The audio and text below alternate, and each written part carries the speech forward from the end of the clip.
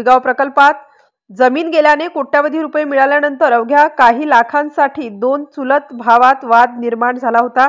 या वादाचे पर्यावसन 17 जानेवारी रोजी एकाचा काटा काढण्यात झाले।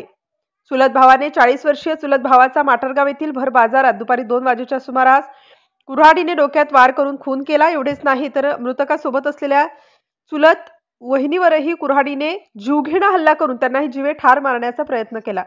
बुलढाणा जिल्ह्यात शेगाव तालुक्यातील माटरगाव बुद्रुक येथील आठवडी बाजारात भर दुपारी हा खुनी थरार घडला।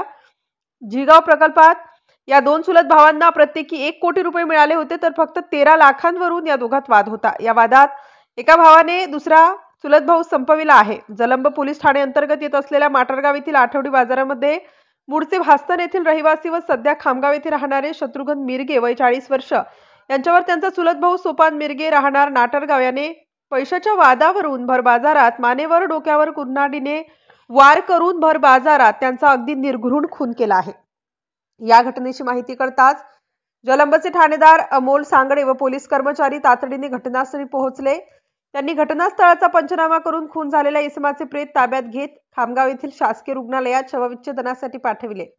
2 गंभीर जखमी महिलांना उपचारासाठी खामगाव येथील शासकीय सामान्य रुग्णालयात दाखल करण्यात आले आहे। चुलत भावाचा खून करणारा सोपान मिरगे घटनास्थळावरून पळून गेला होता। अखेर काही तासातच जलंब पोलिसांनी आरोपीचा शेगाव येथे शोध घेऊन त्यास अटक केली असून आज 18 जानेवारी रोजी न्यायालयात हजर केले। MCN न्यूज मराठी करिता शेगाववरून प्रतिनिधी रवी शेगोकार।